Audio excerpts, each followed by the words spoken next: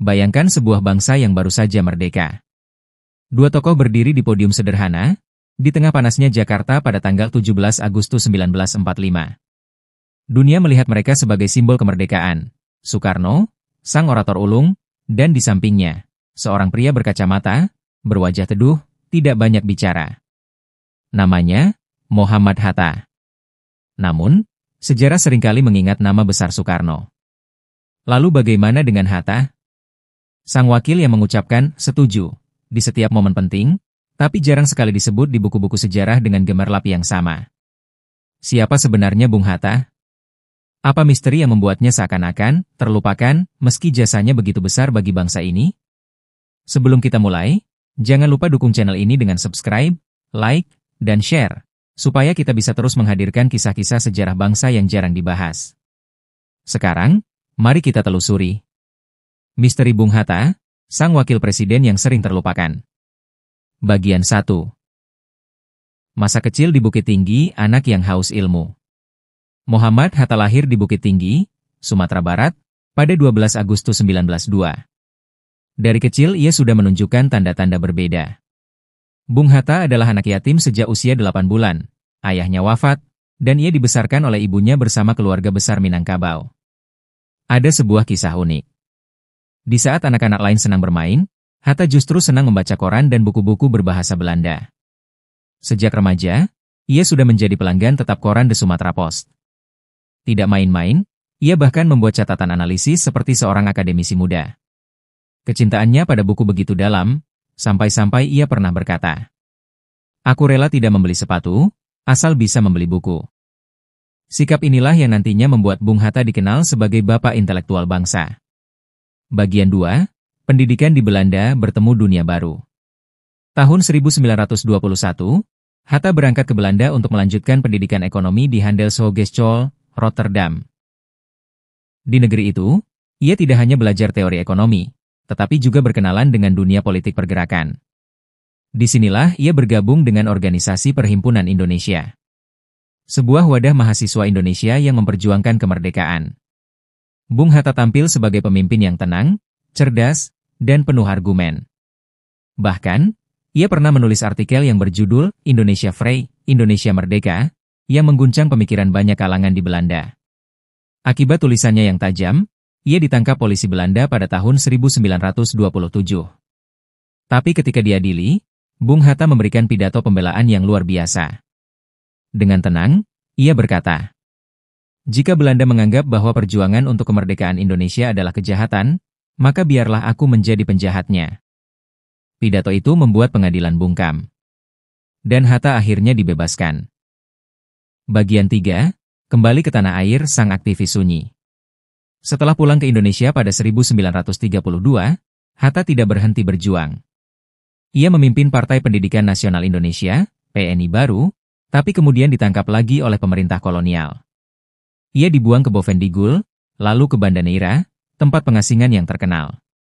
Di Banda Neira, Bung Hatta tetap menunjukkan jati dirinya, membaca, menulis, dan mendidik. Ada kisah menarik, ia selalu membawa mesin ketik kemanapun dibuang. Di tangan Hatta, kata-kata menjadi senjata yang lebih tajam dari pedang. Bagian 4, proklamasi wakil yang diam tapi menentukan. Tibalah masa paling penting. Proklamasi 17 Agustus 1945. Kita sering mendengar kisah Bung Karno yang sakit malaria, lalu dipaksa menandatangani teks proklamasi. Tapi di sampingnya ada Bung Hatta, yang tetap tenang, penuh logika. Dialah yang menambahkan kata, wakil-wakil bangsa Indonesia, dalam teks proklamasi, untuk menegaskan bahwa kemerdekaan ini bukan hanya milik segelintir orang. Ketika Bung Karno membacakan proklamasi dengan suara lantang, Bung Hatta berdiri di sampingnya, tidak banyak bicara. Namun perannya luar biasa, ia adalah penyeimbang Bung Karno. Bagian 5, wakil presiden pertama bayangan di samping Soekarno. Inilah misterinya. Setelah Indonesia merdeka, Bung Karno dielu-elukan sebagai presiden. Poster, pidato, dan orasinya menggelegar. Sementara Bung Hatta, meski menjabat wakil presiden pertama, tetap berada dalam bayang-bayang. Ia dikenal tidak suka tampil di depan publik. Baginya, bekerja untuk rakyat lebih penting daripada popularitas. Banyak yang bilang, Bung Hatta adalah otak ekonomi dari Republik yang baru lahir. Ia yang merancang dasar-dasar ekonomi kerakyatan, koperasi, hingga kebijakan keuangan yang rasional. Namun, karena sifatnya yang sederhana, masyarakat lebih mengingat Bung Karno dengan pidato-pidatonya, ketimbang Bung Hatta dengan gagasan-gagasannya. Bagian 6, perselisihan dengan Soekarno, dua jalan berbeda. Misteri berikutnya adalah hubungannya dengan Soekarno. Mereka berdua adalah duit tunggal, ibarat dua sisi mata uang. Bung Karno sang orator revolusioner, Bung Hatta sang pemikir rasional. Namun, perbedaan visi semakin tajam. Bung Karno condong pada politik luar negeri yang penuh manuver, sementara Bung Hatta menekankan pembangunan ekonomi dalam negeri. Puncaknya, pada tahun 1956, Bung Hatta mengundurkan diri sebagai wakil presiden. Ia merasa tidak sejalan dengan Bung Karno, dan memilih jalan sunyi, menjadi rakyat biasa. Sejarah mencatat, pengunduran diri Bung Hatta adalah simbol kejujuran. Ia tidak ingin mempertahankan jabatan jika hati nuraninya tidak lagi sejalan. Bagian 7, hidup sederhana wakil presiden yang menabung untuk beli sepatu. Ada satu kisah yang melegenda. Setelah tidak menjabat lagi, Bung Hatta hidup sangat sederhana.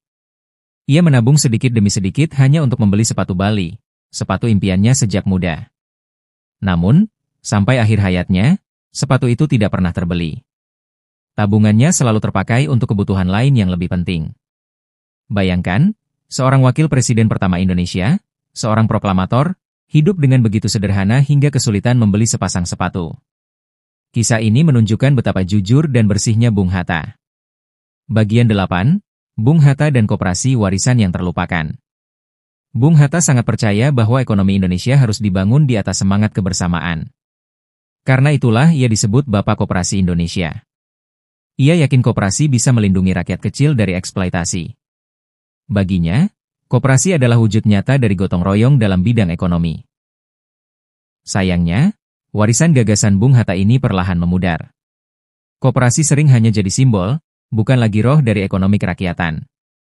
Bagian 9, misteri sang wakil, kenapa ia terlupakan? Pertanyaannya, kenapa Bung Hatta seakan terlupakan? Jawabannya mungkin karena ia tidak pernah mencari popularitas. Bung Hatta tidak suka panggung, tidak suka sanjungan. Ia lebih senang duduk di rumah dengan buku-buku, menulis catatan, dan berbicara seperlunya. Bahkan, ketika wafat pada tahun 1980, Bung Hatta dimakamkan tanpa upacara megah. Sederhana, sebagaimana hidupnya. Sejarah seakan lebih ingat orasi Bung Karno, tapi lupa pada sunyi Bung Hatta. Padahal, tanpa keseimbangan dari Hatta, bangsa ini mungkin tidak akan berdiri tegak. Bagian 10, penutup warisan untuk bangsa. Hari ini, kita mengenang Bung Hatta bukan hanya sebagai wakil presiden pertama, tetapi sebagai simbol integritas. Ia mengajarkan kita bahwa jabatan hanyalah titipan, kekuasaan bukan tujuan, dan kejujuran adalah warisan terbesar untuk generasi mendatang. Kini, puluhan tahun setelah beliau wafat, bangsa ini masih berhutang pada Bung Hatta. Bukan hutang materi, tapi hutang moral. Hutang untuk menjaga kejujuran, kesederhanaan, dan integritas yang beliau ajarkan. Maka, jika suatu hari kita merasa bahwa negeri ini dipenuhi korupsi, penuh dengan perebutan kursi, penuh dengan pemimpin yang lebih mementingkan diri sendiri, ingatlah Bung Hatta. Sosok yang tidak pernah tergoda oleh kekuasaan. Sosok yang lebih memilih buku daripada pesta. Sosok yang tetap teguh pada prinsip, meski harus berjalan sendirian. Bung Hatta mungkin jarang dibahas. Bung Hatta mungkin jarang dipuja. Namun, justru karena itulah beliau abadi. Sejarah tidak selalu ditulis oleh mereka yang berteriak paling keras. Kadang, sejarah abadi karena keteduhan seorang tokoh yang memilih diam, tapi bekerja dengan hati. Itulah Bung Hatta. Misteri sang wakil yang jarang dibahas, tapi tak pernah terlupakan.